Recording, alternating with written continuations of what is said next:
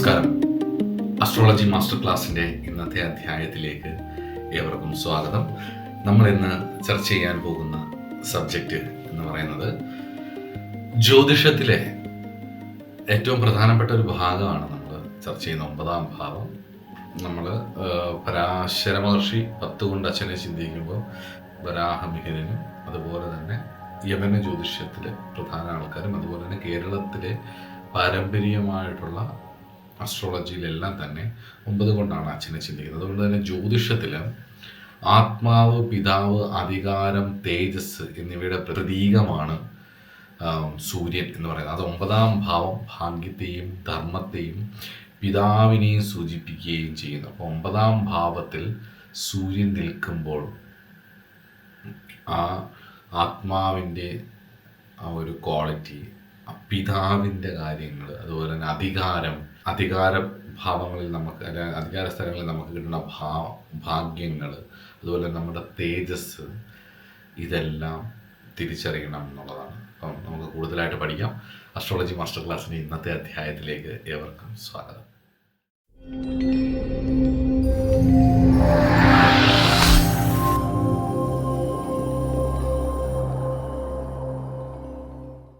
നവമേ ഭാസ്കരേ ജാഥ പിതൃഭക്തോ ഭവേനര ദേവതാ ഗുരുഭക്താശ്ച ധർമ്മിഷ്ഠ സുഖവാൻ ഭവേൽ എന്നാണ് പരാശരഹോരയിലെ ഫലാധ്യായത്തിൽ പറയുന്നത്. അപ്പം ജാതകത്തിൽ പല ഗ്രന്ഥങ്ങളിലും പല ശ്ലോകങ്ങളുണ്ട്. പൊതുവെ നമ്മൾ കേരളീയ വീഡിയോസിലായാലും ടെക്സ്റ്റിലായാലും ഒക്കെ ഫലദീപികയിൽ ജാതകത്തിലൊക്കെ ശ്ലോകങ്ങൾ നിങ്ങൾക്ക് അറിയാവുന്നതുകൊണ്ടാണ് ഞാൻ പരമ്പരാഗത ഹോരാശ്ലോകങ്ങളിൽ പ്രധാനപ്പെട്ടായിട്ടുള്ള പരാശര ശ്ലോകങ്ങൾ കോട്ട് ചെയ്യുന്നത്, അല്ലെങ്കിൽ ഭൃഗുസംഹിതയിലെ ശ്ലോകങ്ങളൊക്കെ കോട്ട് ചെയ്യുന്നത്.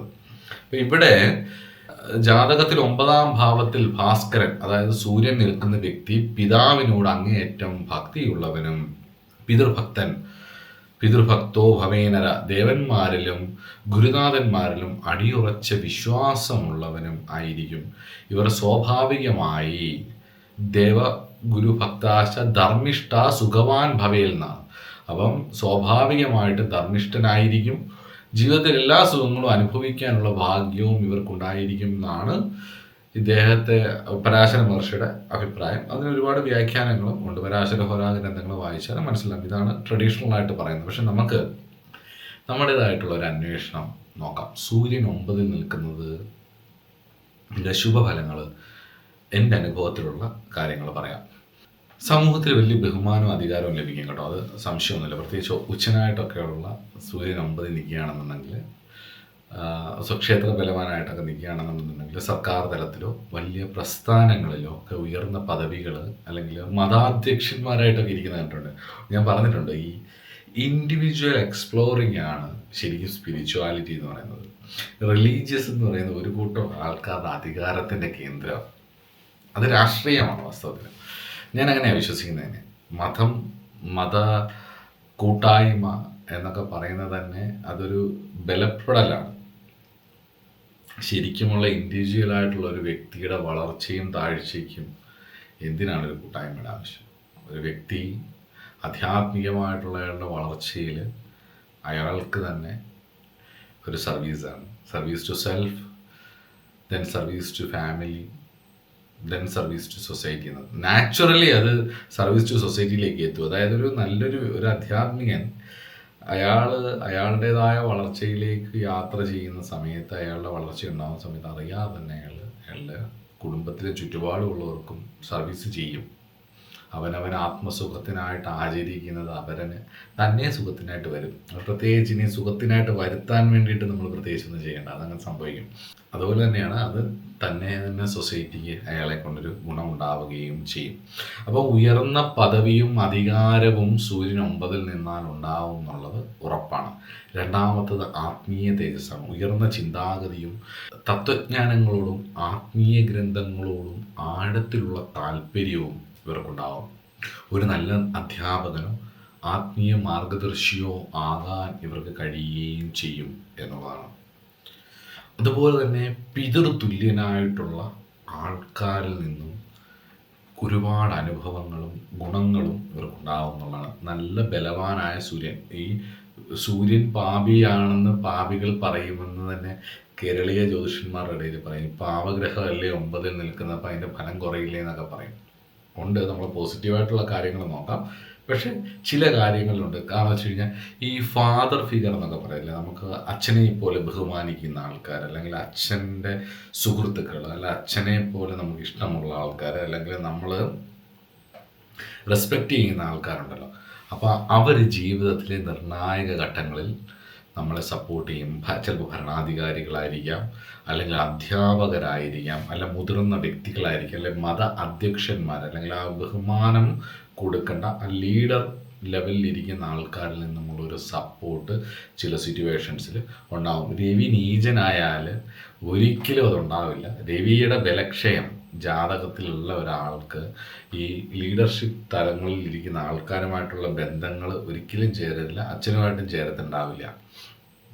അപ്പോൾ തുലാമാസത്തിൽ ജനിക്കുന്ന എല്ലാവർക്കും അഫലമാണോ എന്ന് ചോദിച്ചാൽ അങ്ങനെയല്ല. അത് ജാതകം നോക്കി തന്നെ ഷഡ്ബലമൊക്കെ നോക്കുമ്പോൾ നമുക്കറിയാം. രവി എങ്ങനെയൊക്കെ നോക്കിയാലും അവശ്യബലത്തിലൊക്കെ ഒരുപാട് താഴെ പോവുകയും മറ്റു ഗ്രഹങ്ങൾക്ക് ബലം കൂടുകയൊക്കെ ചെയ്തു കഴിഞ്ഞ് കഴിഞ്ഞാൽ അച്ഛനുമായിട്ടുള്ള അടുപ്പം കുറവായിരിക്കും. അത് അവരെ കുറ്റം പറഞ്ഞിട്ട് കാര്യമില്ല, അത് അവരുടെ കർമ്മഫലം അങ്ങനെയാണ് എന്നുള്ളത് മനസ്സിലാക്കുക. രണ്ടാമത്തത് അശുഭഫലങ്ങൾ നോക്കാം. കാരകോ ഭാവനാശക 9-ൽ രവി. 9-ൽ രവി നിൽക്കുകയും 9-ാം ഭാവാധിപൻ 6-8-12 പോവുകയും ചെയ്താൽ അച്ഛനുമായിട്ട് അഭിപ്രായ വ്യത്യാസങ്ങളോ അല്ല അച്ഛനിൽ നിന്ന് അകന്ന് താമസിക്കാനുള്ള യോഗമോ ഉണ്ടാവും. പ്രത്യേകിച്ച് രവിക്ക് കേതു യോഗമോ കേതുവിൻ്റെ നക്ഷത്രത്തിലോ രാഹുവിൻ്റെ നക്ഷത്രത്തിലോ ഒക്കെയാണ് നിൽക്കുന്നതെങ്കിൽ ഈ ഫലം ഒരുപാട് ഞാൻ കണ്ടിട്ടുണ്ട്. 9-ാം ഭാവം പിതാവിനെ സൂചിപ്പിക്കുന്ന ഭാവമാണ്. അപ്പം സൂര്യൻ ഒരു പാപഗ്രഹവും കൂടി ആയതുകൊണ്ട്, ഒരു പകുതി, ഒരു 60% പാപഗ്രഹവും കൂടി ആയതുകൊണ്ട് പിതാവുമായിട്ട് വലിയ അടുപ്പം ഉള്ളുകൊണ്ടുണ്ടാകുമെങ്കിൽ പോലും ആശയപരമായിട്ടുള്ള വിയോജിപ്പുകൾ, ഈഗോ ക്ലാഷസ് ചിലപ്പോൾ പിതാവിന് ആരോഗ്യം ക്ഷയിക്കാനും ഒക്കെ ഇത് കാരണമായി തീരുകയും ചെയ്യും. അപ്പം അച്ഛനുമായിട്ട് ഉള്ളൊരു പ്രശ്നം, ഒരു ബുദ്ധിമുട്ട്. 9-ലെ രവി പാപനായാൽ 9-ാം ഭാവാധിപൻ 6-12 പോയാൽ എന്ന് പറയുന്ന പല പേഴ്സണാലിറ്റി ഡിസോർഡേഴ്സ്, ഈ അച്ഛനൊരു നാർസിസ്റ്റ് ആയിരിക്കാം, അല്ലെങ്കിൽ കുട്ടിക്കാലം മുതലേ ഒരുപാട് ട്രോമാറ്റിക് എക്സ്പീരിയൻസുകളിലൂടെ അച്ഛനിൽ നിന്നുമൊക്കെ അനുഭവിക്കേണ്ടതായിട്ട് വരാം.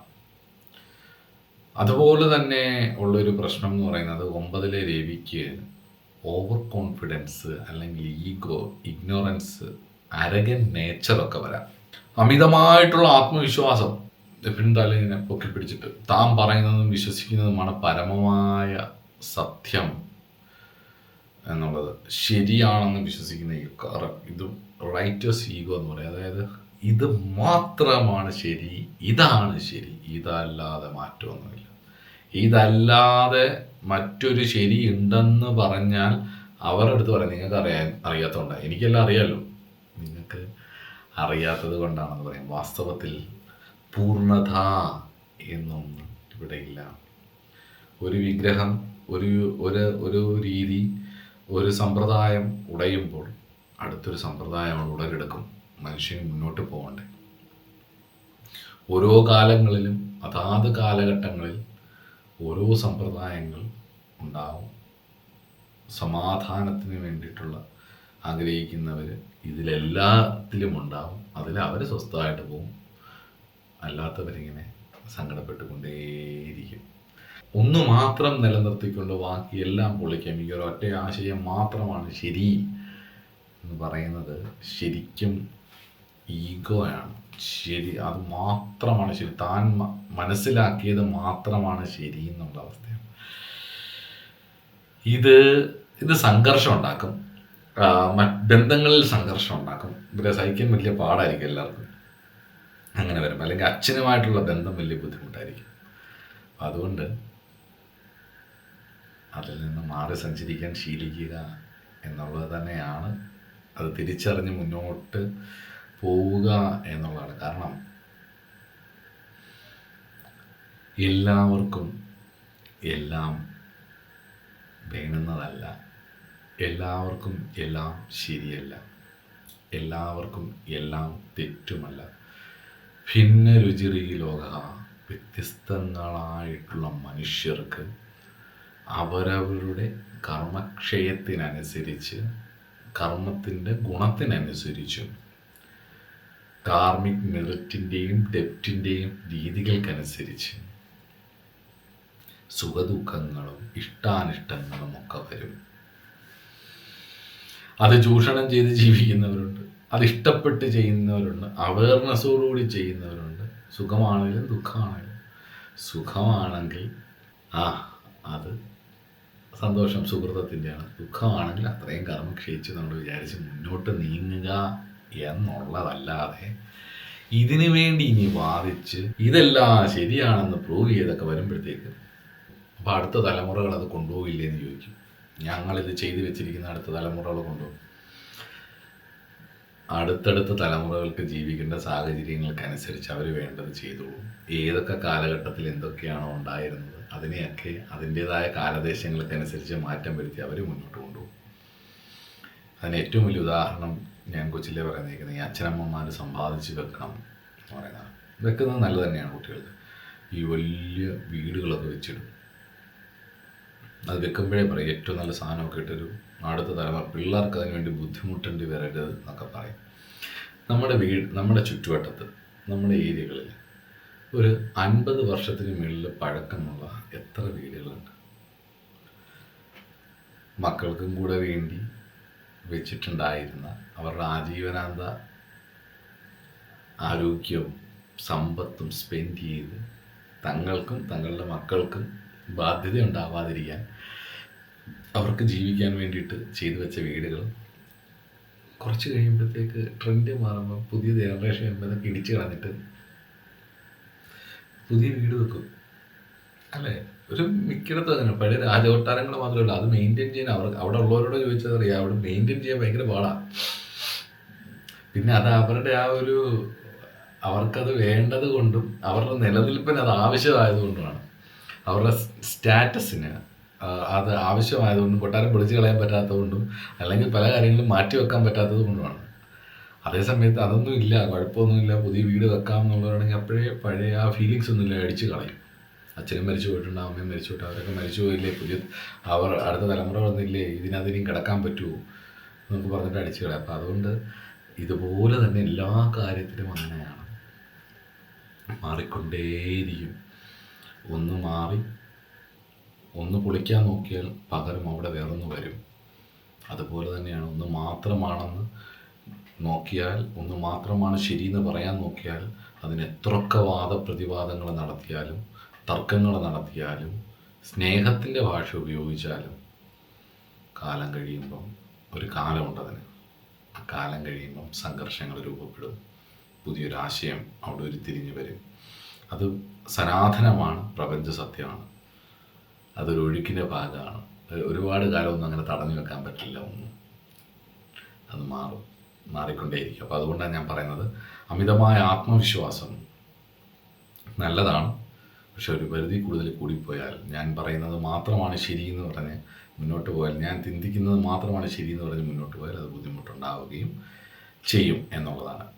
ഇനി ഭാഗ്യം 9 രവി നിൽക്കുമ്പോൾ ഒരു മോശാനുഭവം എന്ന് പറയുന്നത്, സൂര്യൻ പ്രകാശത്തിൻ്റെ പ്രതീകമാണെങ്കിലും ബലവാനാണ്, എന്നാൽ മോശമാണ്. അതായത് അതിനൊരു ബാഡ് എഫക്റ്റ് തരുന്ന ഒരു രീതിയിലാണെന്നുണ്ടെങ്കിൽ, മെലിഫിക് പ്ലാനറ്റ് ഉള്ള രീതിയാണെങ്കിൽ, പാപഗ്രഹാവസ്ഥയിലാണ് അത് നിൽക്കുന്നതെന്നുണ്ടെങ്കിൽ അഭിമാനക്ഷയം ഉണ്ടാകും പലപ്പോഴും. ചിലപ്പോൾ വീട്ടിൽ അച്ഛൻ്റെ അടുത്ത് ഒക്കെ ആണെങ്കിലും, അല്ലെങ്കിൽ അച്ഛൻ നിമിത്തമോ, അല്ലെങ്കിൽ അധികാര സ്ഥാനങ്ങളിൽ നിന്നോ, അല്ലെങ്കിൽ കഠിനമായിട്ട് അധ്വാനിച്ച് സ്വയം തെളിയിച്ച ശേഷമേ ഭാഗ്യോദയം ഉണ്ടാകത്തുള്ളൂ. ഈ പറഞ്ഞ പോലെ ബന്ധങ്ങളിൽ നിന്നൊക്കെയുള്ള ഒരുപാട് ബുദ്ധിമുട്ടുകളും ഒക്കെ ഉണ്ടാവാനുള്ള സാധ്യതകൾ ഉണ്ട്. പൊതുവെ എൻ്റെ ഒരു അനുഭവത്തിൽ 9 രവി അത്ര നല്ലതല്ല. പ്രത്യേകിച്ച് ഞാൻ കണ്ട ജാതകങ്ങളിലാണോ ഞാൻ ശ്രദ്ധിച്ചിട്ടുള്ളതാണോ അറിയില്ല. ഇപ്പം അച്ഛനുമായിട്ടൊരു പ്രശ്നമുണ്ട്, ഞാൻ അച്ഛനുമായിട്ട് ഒട്ടും ചേരില്ല, അച്ഛൻ എനിക്ക് ആ സ്വത്ത് തരുമോ, അല്ലെങ്കിൽ അച്ഛനുമായിട്ട് വളരെ അറ്റാച്ച്ഡ് ആണ്, പക്ഷേ ഒരു ട്രോമ ബോണ്ടിങ് പോലെ ഈ പുള്ളി നമ്മളെ അംഗീകരിക്കത്തില്ല, പുള്ളിക്ക് വേണ്ടി എന്ത് ചെയ്തു കൊടുത്തിട്ടും പുള്ളി നമ്മളെ മൈൻഡ് ചെയ്യത്തില്ല. അങ്ങനെ ഒരു സംഘർഷാവസ്ഥയിൽ പോകുന്ന ഒരുപാട് അച്ഛനും മക്കളുടെയും തമ്മിലുള്ള ബന്ധത്തിൽ ഞാൻ ഈ 9 രവി കണ്ടിട്ടുണ്ട്. അതിന് ചിലപ്പം 9 രവി നിൽക്കുന്ന ചൊവ്വയുടെ നക്ഷത്രത്തിലാവും, 9 രവി ചിലപ്പോൾ രാഹുവിൻ്റെ നക്ഷത്രത്തിലാവും, അല്ലെങ്കിൽ 9 രവി ചിലപ്പോൾ കേതുവിൻ്റെ നക്ഷത്രത്തിലാവും. ഇങ്ങനെയൊക്കെയുള്ള അതൊന്നും നിങ്ങളും കൂടെ നിരീക്ഷിച്ച് നോക്കുക. നിരീക്ഷിച്ച് നോക്കിയാൽ നമുക്ക് മനസ്സിലാവുകയും ചെയ്യുന്നൊരു കാര്യമാണ്. ഏത് ദശപരമായി രവിയുമായി ബന്ധപ്പെട്ടിരിക്കുന്ന രാശിയാധിപൻ, നക്ഷത്രാധിപൻ, ഇവരുടെ ദശാപഹാരമൊക്കെ വരുന്ന സമയത്ത് നല്ല ബുദ്ധിമുട്ടുകൾ, പ്രത്യേകിച്ച് രാഹുവിൽ രവിയുടെ അപഹാരമൊക്കെ വരുന്ന സമയത്ത്, കേതുവിൽ രവിയുടെ അപഹാരം വരുന്ന സമയത്ത്, ചൊവ്വയുടെ അപഹാരം വരുന്ന സമയത്ത്, അതുപോലെ തന്നെ 9 ചന്ദ്രാൽ 9 ശനി വരുന്ന സമയത്ത്, കണ്ടകശനി അല്ല എന്നാൽ പോലും ഇങ്ങനെ ബുദ്ധിമുട്ടുകളൊക്കെ വരുന്നത്, അല്ലെങ്കിൽ ഇവരുടെ രവി നിൽക്കുന്ന രാശിയിൽ ശനി സഞ്ചരിക്കുന്ന കാലമൊക്കെ അച്ഛനുമായിട്ടൊക്കെ ഒരുപാട് ബുദ്ധിമുട്ടുകൾ ഉണ്ടാവുന്നത് കണ്ടിട്ടുണ്ട്. അപ്പോൾ ഇത്രയൊക്കെയാണ് എനിക്ക് പറയാനുള്ളത്. അപ്പോൾ ഇനി 9 നിൽക്കുന്ന രവിയുടെ കാർമിക് മെറിറ്റ് ആൻഡ് ഡെപ്സും പരിഹാര കർമ്മങ്ങളും ഒക്കെ നമുക്ക് അടുത്ത ക്ലാസ്സിൽ നോക്കാം.